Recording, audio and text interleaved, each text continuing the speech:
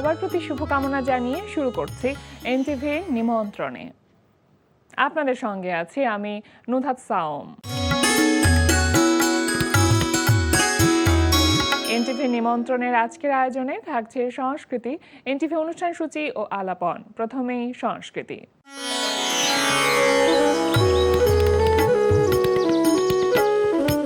উত্তরার গ্যালারি কায়ায় অনুষ্ঠিত হচ্ছে চন্দ্র ভট্টাচার্যের একক চিত্রকলা প্রদর্শনী বিটুইন উইটনেস অ্যান্ড ইমাজিনেশন। প্রদর্শনী চলবে 21 জুলাই পর্যন্ত। লালমাটির কলাকেন্দ্রে অনুষ্ঠিত হচ্ছে বুবলি বন্যার একক চিত্রকলা প্রদর্শনী বিচ্ছিন্ন অস্তিত্বে অবিচ্ছিন্ন সত্তা 2। প্রদর্শনী চলবে 25 জুলাই পর্যন্ত। ধানমন্ডির গ্যালারি চিত্রকে অনুষ্ঠিত হচ্ছে শিল্পী শামসুল আলম আজাদের তৃতীয় একক চিত্রকলা প্রদর্শনী দৃশ্যমান কাঠামো। প্রদর্শনী চলবে 18 জুলাই পর্যন্ত। এবার এনটিভি অনুষ্ঠান সূচি। এবার জানিয়ে দিচ্ছি এনটিভির আজ রাতের বিশেষ বিশেষ অনুষ্ঠানগুলির সময়সূচি। সন্ধ্যা 6:15 থাকছে সমসাময়িক বিষয় নিয়ে অনুষ্ঠান সংলাপ প্রতিদিন।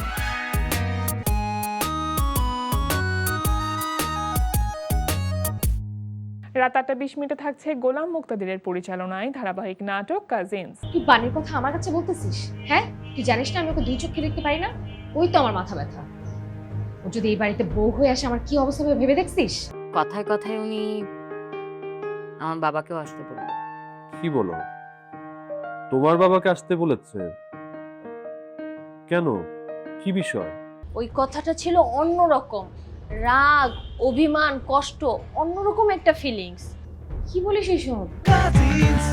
রাত 11:30 সরাসরি সম্প্রচার হবে মোহাম্মদ নুরুজ্জামানের প্রযোজনায় সঙ্গীতানুষ্ঠান মিউজিক নাইট। এই ছিল এনটিভির আজ রাতের বিশেষ বিশেষ অনুষ্ঠানগুলির সময়সূচি। এবার আলাপন। উত্তরার গ্যালারি কায়ায় অনুষ্ঠিত হচ্ছে চিত্রশিল্পী চন্দ্র ভট্টাচার্যের একক চিত্রকলা প্রদর্শনী বিটুইন উইটনেস অ্যান্ড ইমাজিনেশন। প্রিয় দর্শক, আমাদের আলাপনের আজকের অতিথি চিত্রশিল্পী চন্দ্র ভট্টাচার্য। শুভ সকাল। নমস্কার। কেমন আছেন দাদা? খুব ভালো, একটু বেশি ভালো আছি, কারণ আমার যতটা মনে পড়ে বাংলাদেশে যতবার এসেছি এখানকার আতিথ্য আমাদের ওই পারের চেয়ে একটু আলাদা। একটু খুব স্বতঃস্ফূর্ত একটা ওয়েলকামিং থাকে, আচ্ছা, যেটা আমাকে খুব স্পর্শ করে।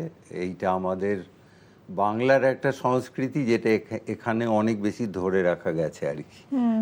আমরা একটু বেশি গ্লোবালাইজড হয়ে গেছি ও পারে, তো সেই অর্থে খুব ভালো আছি। অতিথি আপ্যায়ন করতে আসলে আমাদেরও ভীষণ ভালো লাগে, এবং সেই জায়গা থেকে আপনি যেটা বলছিলেন যে বাংলাদেশে এসেছি, সেই ওয়েলকামিং ভাইবটা আসলে আপনাকে অনেক বেশি তৃপ্ত করছে। এবারে প্রথমবারের মতো বাংলাদেশে আপনার একক কোনো চিত্রকলা বা এক্সিবিশন, সলো এক্সিবিশন হচ্ছে, যেটা গ্যালারি কায়াতে 10 জুলাই থেকে শুরু হচ্ছে এবং 21 জুলাই পর্যন্ত চলবে। দর্শককে বলছিলাম কেমন লাগছে, মানে বাংলাদেশে প্রথমবারের মতো নিজের সলো এক্সিবিশন, দেশের বিভিন্ন প্রান্তে আপনি এক্সিবিশন করেছেন, বাংলাদেশের অভিজ্ঞতাটা কেমন?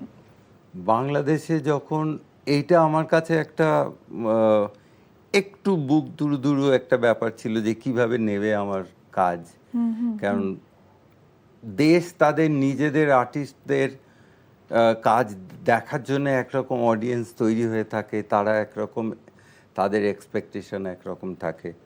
সেখানে আমার কাজ হঠাৎ করে একটু তো অন্যরকম বটেই, সেটা কিভাবে নেবে। কিন্তু আমি খুব মানে অবাক হয়েছি যে ভীষণ স্বতঃস্ফূর্ত, এবং প্রত্যেকে জাস্ট দেখে ভালো হয়েছে মন্দ হয়েছে বলার চেয়েও প্রত্যেকে জিজ্ঞেস করেছেন যে মাধ্যমটা কি, যে মাধ্যম এই ওয়াটার কালার যেটা নর্মালি করে না আর কি প্র্যাকটিসটা, এই ধরনটা আমি নিজে ডেভেলপ করেছি অনেক বছর ধরে।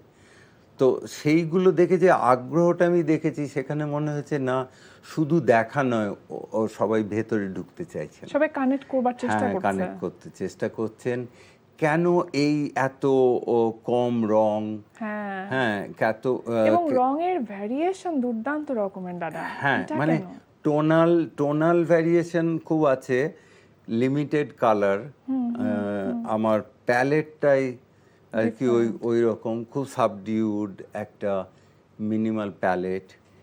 এইটা অনেক সময় আমি দেখেছি যে খুব গ্রহণযোগ্য এরকমভাবে হয় না, মানে গ্যালারি কখনো ইনসিস্ট করে আরেকটু কালার দিলে ভালো হয়, কিন্তু আমার যে চরিত্র যেটাকে দিতে মানে যেটা আমি বলতে চাইছি ট্রু। তাতে এই রং যায় না, মানে এই একটা ফ্ল্যাশি কালার যায় না সেখানে। সেখানে আমাকে সেই মনোক্রোমের মধ্যেই থাকতে হবে আমার মনে হয়। এটা আপনি যে সম্পূর্ণ মেসেজটা দিতে চেয়েছেন ছবির Exactly, মাধ্যমে exactly. সেটা এই কালার প্যালেট গুলাই ডিমান্ড করে। হ্যাঁ, আমি একটু জানতে চাইবো দাদা যে আপনি যখন কাজগুলো করছিলেন তার আগে কি কালার প্যালেটটা ডিসাইড করে ফেলেছিলেন, নাকি কাজ করবার সময় মনে হয়েছে যে না এই সাবজেক্টগুলো আসলে এই কালার প্যালেটটাই ডিমান্ড করে? কালার প্যালেটটা আমার বরাবরই খুব মিনিমাল, কেননা আমি এমন একটা জায়গা থেকে এসেছি যে কাজের মধ্যে দিয়ে আমি আমাকে নিয়ে এসেছি সেই জীবনটা খুব কালারফুল ছিল না।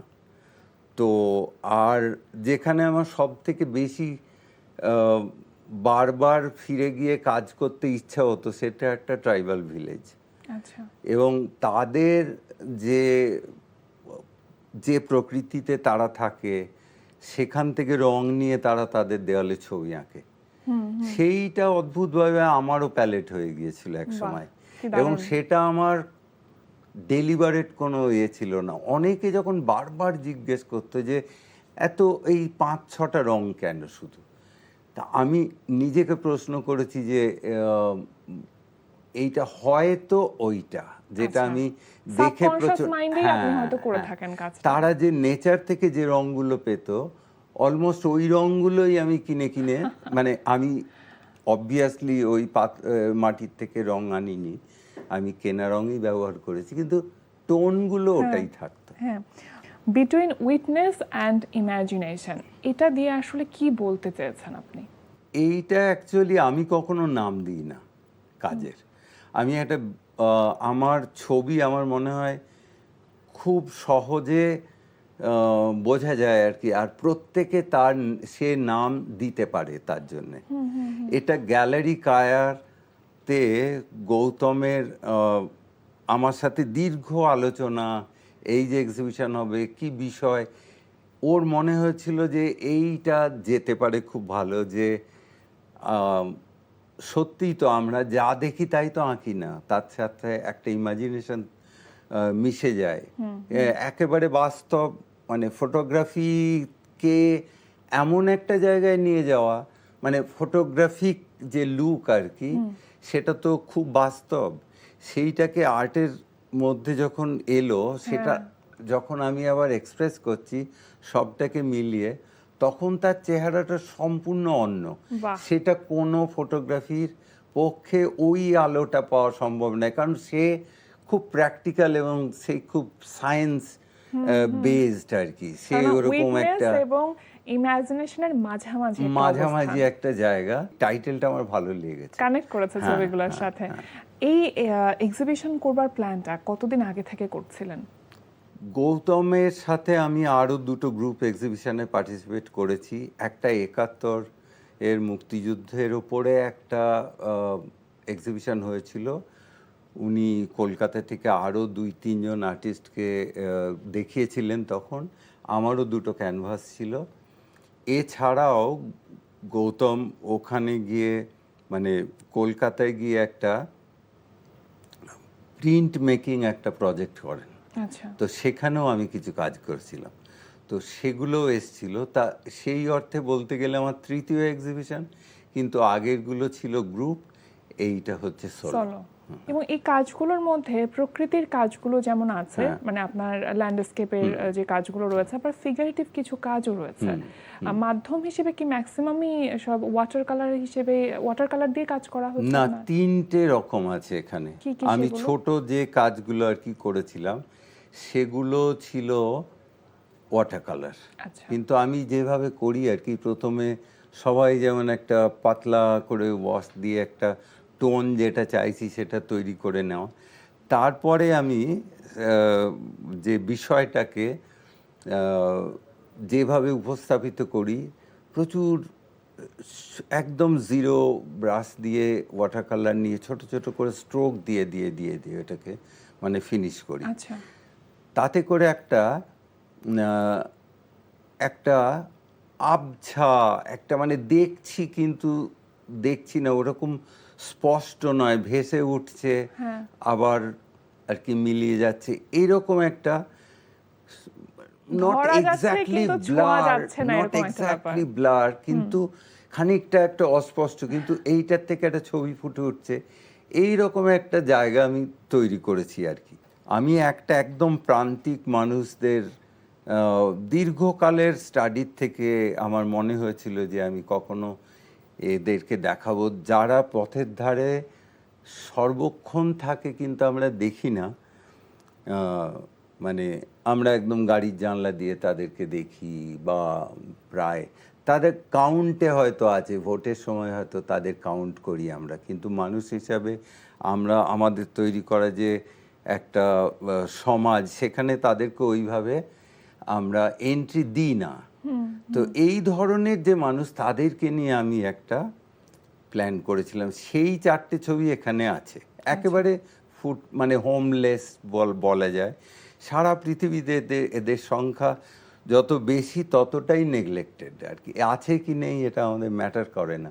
তাদেরকে আমি এতটাই বড় করে এঁকেছিলাম যে সবাইকে হলে ঢুকলে মাথা উঁচু করে দেখতে হবে। তো সেই রকম 4টে ছবি আছে, সেটা সম্পূর্ণ চারকোলে। একটু আপনার জীবনের গল্পগুলো জানতে চাই, যে আমরা তো আসলে যারা আর্টিস্ট তারা জীবনের গল্পগুলো ক্যানভাস বন্দি করি, কিন্তু আমাদের জীবনেরও একটা লম্বা গল্প থাকে যেখান থেকে আমরা হয়তো উপাদানগুলো সংগ্রহ করি, তারপর সেটা ক্যানভাসে রূপদান করি।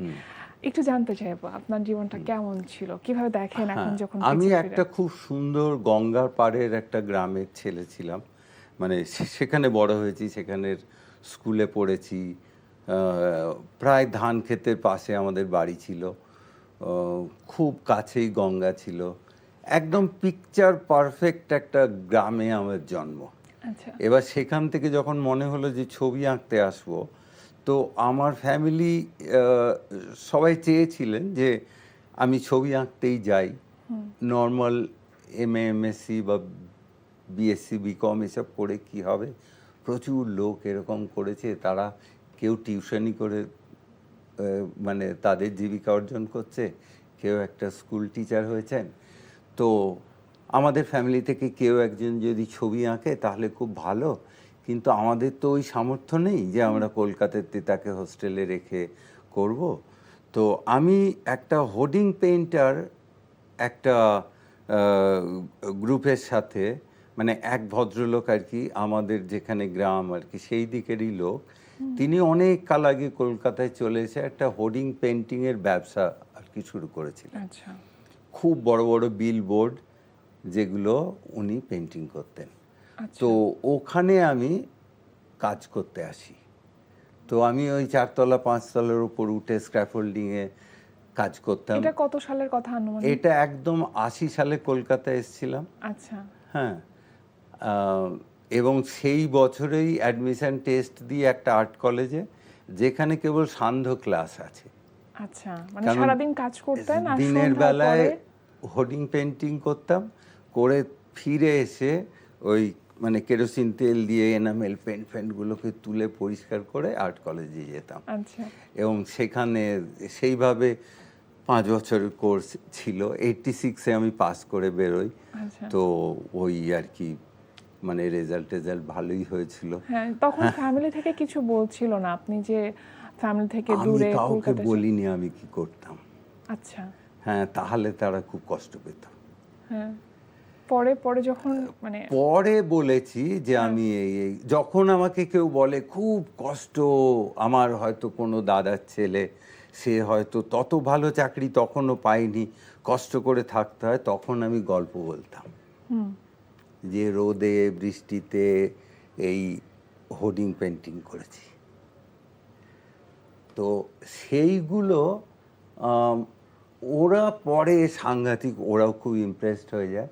এবং আমি তো ওইটা কাজ হিসাবে করছি না, আমি আর্টের কাছাকাছি যেতে চাইছি। আমার পারপাসটা ডিফারেন্ট। হ্যাঁ, এবার হয়তো ওই হোর্ডিং পেন্টিং করতে এসে অনেকজন আবার সেপারেট হয়ে গিয়ে নিজে একটা ব্যবসা করেছিল। তারা তখন অলরেডি অনেক টাকা রোজগার করতে শুরু করেছিল। আচ্ছা। কিন্তু আমার যে মাইনেটা পেতাম, আমার তো টার্গেট ছিল আর্টিস্ট হব। হ্যাঁ। তো আর্ট কলেজ শেষ হলো, তারপরে আমি একটু ভালোই কাজ করতাম আর কি, তার জন্য আমি টাইমস অফ ইন্ডিয়ায় চাকরি পেয়েছিলাম। বাহ। হ্যাঁ, তো 92-তে আমি 91-এ আমি টাইমস অফ ইন্ডিয়া ইকোনমিক টাইমসের জন্য ইলাস্ট্রেটর, পেজ মেকার, ওই ডিজাইন ডিপার্টমেন্টে ঢুকি। তো সেখানেও রাত্রে কাজ ছিল। তো এইবার হলো কি, আমি দিনের বেলায় ছবি আঁকতাম আর রাত্রিবেলায় কাগজে কাজ করতাম। তাতে করে আমি আর একটা ক্লাসের সাথে যুক্ত হলাম। আচ্ছা। হ্যাঁ, যেখানে শিক্ষা দীক্ষা আছে, পুরোটাই পড়াশোনা বেসড একটা লাইন, একটা Community। ওই রকম একটা মিডিয়াম, মানে একটা মিডিয়া যেখানে সবটাই ওই খবর নির্ভর। সেখানে গিয়ে আমার যে লাভটা হলো, যেটা তখন আমাদের ইনফরমেশনের এত বাড়াবাড়ি ছিল না, খুব সামান্য কিছু ওল্ড মাস্টার দের ছোট পাতলা বই টই পাওয়া মানে যেত, সেগুলো আমাদের রেফারেন্স হিসাবে আমরা কাজ করতাম। এখন যেমন অতিরিক্ত ইনফরমেশন আর কি, মানে মোবাইল খুললেই পেয়ে যাব, ইন্টারনেট তো আছেই। ওই কাগজে কাজ করতে গিয়ে আমি দেখি সারা পৃথিবীর কাগজে আসছে। হ্যাঁ, সেখানে ওয়াল স্ট্রিট জার্নাল, ওখানে ফাইন্যান্সিয়াল টাইমস, নিউ ইয়র্কের, প্রত্যেকের আর্টের পেজ থাকে। আচ্ছা। ওইগুলো আমি দেখতে শুরু করছি। বাহ।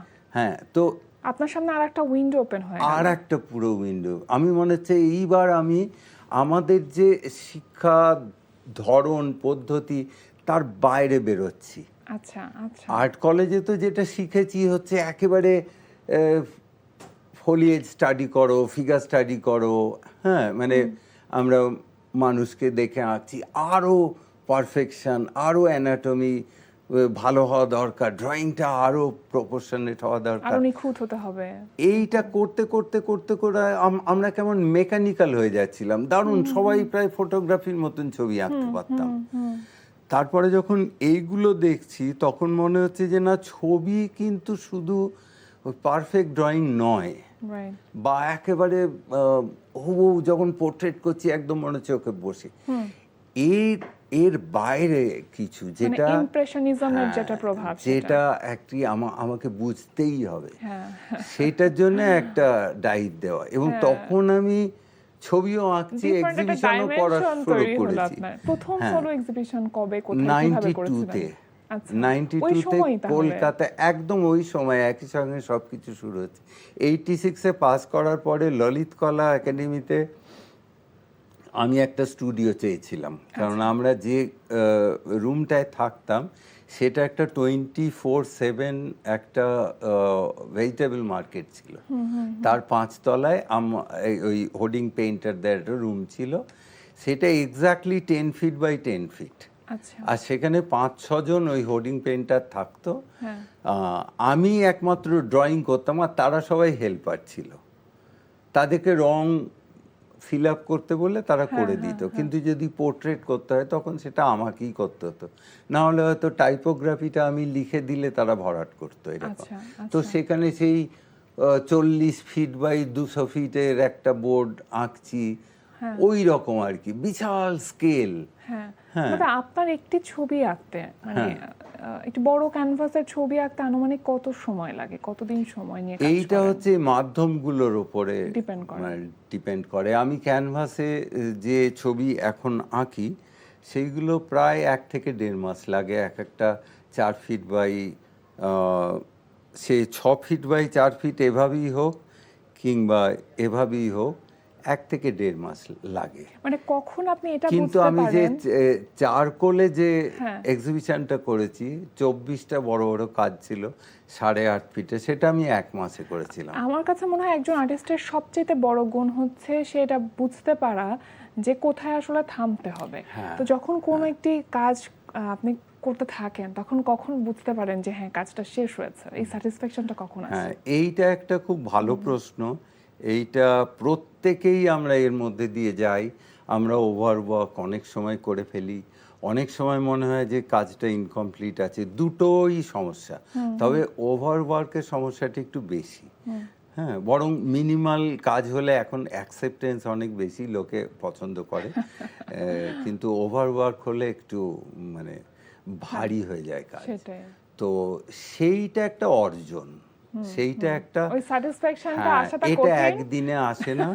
এটা আমি যদি Experience-এর বলি উপরে। যে আজ 4-5 বছর হলো ছবি আঁকছে, একদম মানে আর্ট কলেজ থেকে বেরিয়ে, তার কাছে আমি এটা আশা করব না, কিন্তু আমি বলতে থাকবো তাকে যে বি প্রিপেয়ার ফর দিস, এইটা মাথায় রাখতে হবে।